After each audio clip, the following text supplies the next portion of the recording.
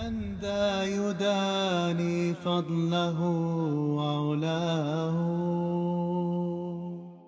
هذا الذي أحيا الأنام هداه.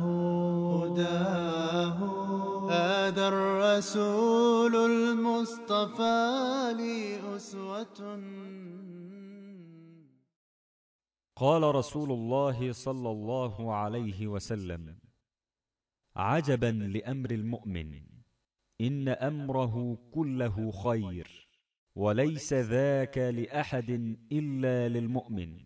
إن أصابته سراء شكر فكان خيرا له، وإن أصابته ضراء صبر فكان خيرا له۔